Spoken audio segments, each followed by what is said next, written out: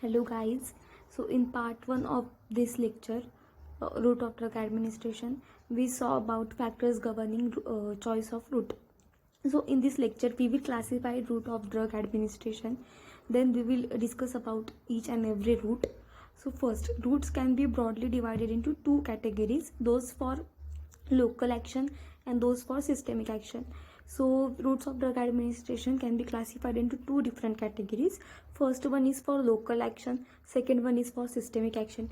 Whenever you write an answer of this question, then first write definition, then write factors governing route of drug administration, then classify it. In classification, classify it in two categories.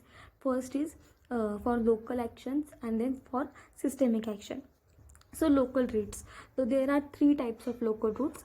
Remember it: topical, for deeper tissues, and arterial supply. So three types of local routes are for topical, for deeper tissues, and for arterial supply. So three types. And then second one is systemic route. We will discuss in it next part of our video. So systemic routes are oral, sublingual, buccal, rectal, cutaneous, inhalation, nasal, parenteral, and there are many subtypes of parenteral route. So in this lecture we are going to focus on local routes. So local routes are of three types: topical, for deeper tissues, and arterial supply. So what are local routes? Then local routes. These routes can only be used for localized lesion. Local routes are the routes which can be used only for localized lesions at accessible site and for drugs whose systemic absorption from this site is minimal or slow or upset. So local routes are for only for localized action and only for these sites where systemic action is very minimum. So high concentrations are attained at desired site. Advantage of this route is high concentrations are attained at desired sites. Whenever you apply any cream or whenever you apply wigs on your neck or on your hair, on your back, these are local routes. Your whole body is not affected by this route, so only desired site is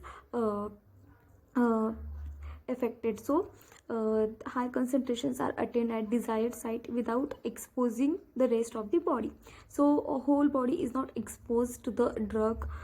Systemic side effects or toxicity are consequently absent or minimal.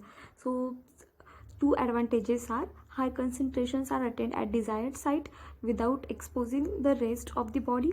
Second one is systemic side effect or toxicity are absent or minimal. Then what are local routes? I have already told you: topical, deeper tissues, and arterial supply. So now we are going to talk about topical route. So topical refers to external application of drugs to surface of for localized action. So external application of drugs, we are externally applying drugs to our body for localized action. It is often more convenient and efficient mode of delivering the drug to the skin, oropharyngeal or nasal mucosa, eyes, ear canal, and anal canal, vagina.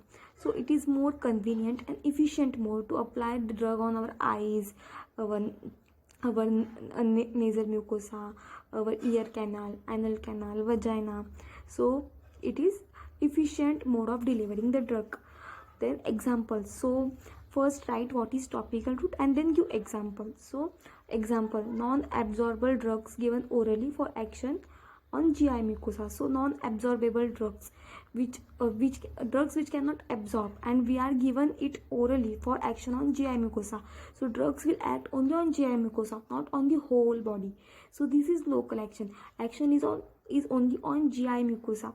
So example: sucralfate, neomycin. So sucralfate, we know it is given to neutralize acidity. Neomycin, so these are non-absorbable drugs, and this will induce only localized action, not systemic or not on the whole body. So inhalation of drugs for action on bronchi. So some drugs are inhaled for action on the bronchi. So these are salbutamol, fluticasone propionate. So these are the drugs which are inhaled. Then irrigating solutions or jellies applied to urethra. So urethra jellies are applied to urethra. So these are povidone, iodine, lidocaine. So these are also example of topical routes. In dental practice, antiseptics, astringents, Hemostatics are often applied as paints, toothpaste, mouthwashes, gargles, lozenges. So toothpaste is also locally applied. Action is only on tooth or our mouth. So it is localized action. So it is topical route. Then second route is deeper tissues. Certain deep areas can be approached by using a syringe or needle. So to approach any deep area, we have to use a syringe and a needle. Care should be taken to see that systemic absorption is slow. So care is important to see systemic absorption is slow, because we only want localized action, not systemic action. So we should be careful whenever administering that drugs using needle or syringe. Infiltration around a nerve or intrathecal injection. So example is what? Infiltration around a nerve or intrathecal injection. Example, lidocaine, amphotericin B. Intra-articular injection, hydrocortisone acetate. Retrobulbar injection, hydrocortisone acetate. So 3: infiltration around nerve, intrathecal injection, retrobulbar injection, intra-articular injection. These are the example of deeper tissue. So always remember what is used for deeper tissues: a needle and syringe. It is used to approach deep areas. So or care should be taken. So these are important points and example, and remember example. Then third, arterial supply.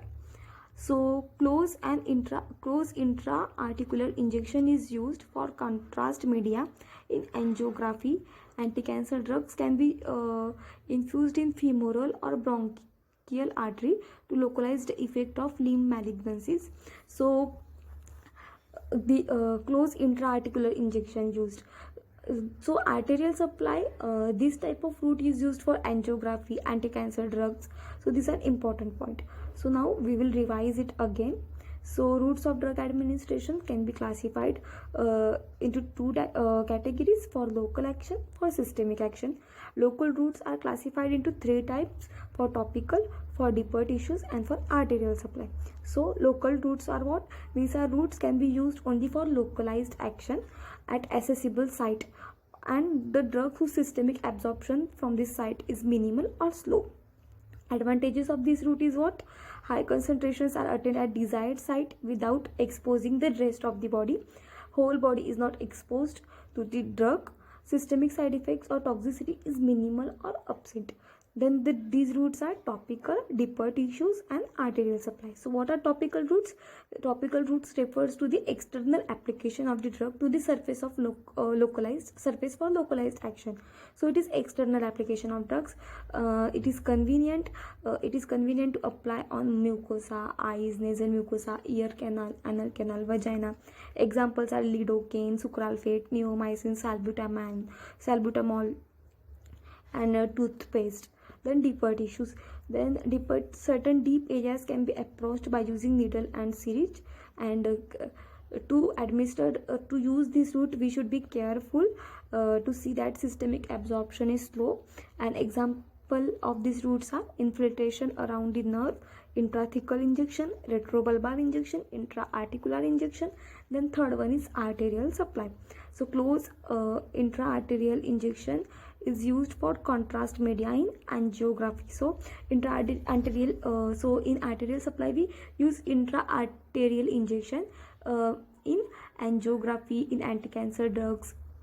So these are local routes of drug administration. Thank you.